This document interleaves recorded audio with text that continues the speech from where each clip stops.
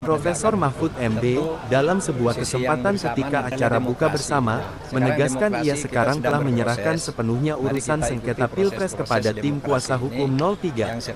Jadi ia tidak harus menghadiri secara langsung proses persidangan gugatan Pilpres di MK. Hal ini dia ungkapkan kepada wartawan saat sesi tanya jawab yang tak resmi di acara tersebut. Memburu kembali para koruptor, mengidentifikasi, karena sekarang udah banyak loh. Jaringan-jaringan narkoba, korupsi, berbagai sumber daya alam, tambang dan sebagainya. Itu supaya dipelototi kembali.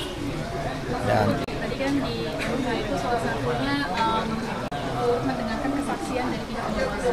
Ya. Lalu dari pihak tim hukum Mas Mahfud dan Pak Ganjar mengaku kecewa dengan kinerja Bawaslu selama ini karena laporan dugaan kecurangan pemilu yang masuk ternyata terbukti tidak ditindaklanjuti oleh pihak Bawaslu, sehingga mulai menyuarakan apakah perlu sebaiknya keberadaan Bawaslu ini ditinjau ulang atau mungkin dibubarkan. Kalau Prof. Mahfud sendiri menilainya bagaimana? Apakah Bawaslu ini tetap perlu dipertahankan atau gimana, Prof? ya nantilah biar tim hukum dulu yang bicara itu ke publik. Karena dulu Bawaslu itu kan dibentuk karena kebutuhan juga.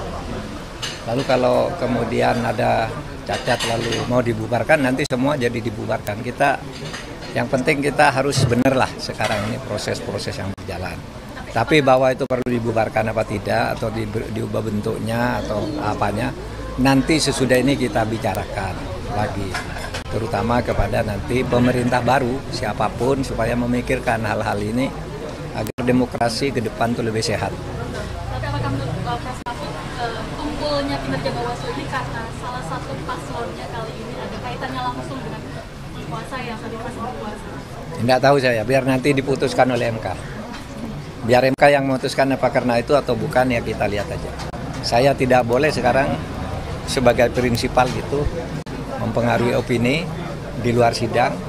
Silakan aja MK. Semuanya sedang berjalan dan berproses. Tinggal nunggu berapa hari lagi kan? Tinggal nunggu ya sebentar lagi. Tidak sampai 2 minggu lagi kan sudah ada jawabannya. Ada 4 menteri yang akan dihadirkan di dalam sidang Pilpres ini. Tanggapan Prof. sendiri seperti apa? Apakah itu menunjukkan sesuatu yang positif atau seperti apa, Prof? Ya silakan aja. MK nanti akan menilai apa penting itu hadir apa tidak. Gitu ya. Tapi sudah diakui oleh pihak lawan bahwa dengan kehadiran 4 itu akan menjadi kemenangan bagi paslon 02 begitu. Karena keterangannya dibuat justru akan memenangkan argumen mereka, Prof. Ya silakan saja. Silakan. Nanti kita lihat aja di lapangan. Kita semuanya ngikuti itu. Saya kan tidak ikut di dalam. Saya sudah nyerahkan ke kuasa hukum, jadi saya tidak ikut bicara. Tapi kalau menurut Prof. Mahfud, keterangan dari menteri-menteri ini akan independen atau masih ada cawe-cawe presiden dalamnya? Karena kan masih tercatat sebagai pembantu presiden. Nanti kita lihat aja di persidangan. Bisa dinilai nanti sesudah tampil. Prof, ini kan selain 4 menteri, itu kan ada juga usulan soal Kapolri juga Presiden Jokowi untuk hadir di persidangan. Nah, kalau menurut Prof. Mahfud gimana? Ya terserah hakim aja. Nanti kalau hakim kan mempertimbangkan urgensi dan relevansinya apa, itu hakim. Pokoknya setiap kuasa hukum itu sudah mendapat kuasa sepenuhnya untuk menyatakan dan meminta apapun ke pengadilan. Sehingga saya tidak harus tahu apa yang diminta. Nanti kan minta apa kuasa hukum saya itu, lalu hakim yang mempertimbangkan mau dikabulkan atau tidak. Saya akan melihat aja. Tapi kalau di MK itu emang seperti itu. Misalkan kemarin kan 01, 03 kan mengajukan 4 menteri tersebut untuk hadir. Tapi ditolak MK, tapi MK yang mengundang sendiri untuk hadir. Emang prosesnya seperti itu, Prof? Ada yang begitu. Kalau dulu saya sering ngundang sendiri. Karena kadangkala kalau yang diajukan oleh pemohon itu kadangkala sudah dititipi pesan-pesan yang agak berpihak. Itu kan interpartis ya, interpartis itu antar partai, jadi semua yang diajukan itu pasti memihak dia. Nah dulu waktu saya jadi hakim MK,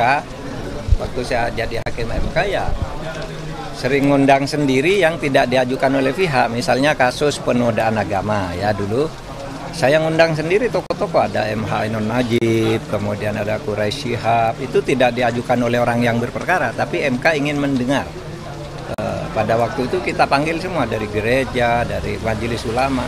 MK yang ngundang. Cuma biasanya kalau agak profesional, kalau diundang MK itu orang agak males datang. Kenapa? kalau MK itu honornya hanya sama dengan orang berseminar, 3,5 juta. Tapi kalau diundang oleh partis biasanya bisa ratusan juta. Prof, kemarin Mas Ganjar kan sudah menegaskan nih, dia kalau misalnya ditawari jadi menteri dia tetap bakal di luar pemerintah gitu, nggak mau. Nah kalau Prof Mahfud sendiri sikapnya seperti apa nih Prof? Kita sudah tahu. Tidak boleh bertanya itu saudara kepada saya, yang bertanya itu tuh hanya orang yang berkepentingan. Oke ya. Oke. Yuk. Foto Pak Mahfud.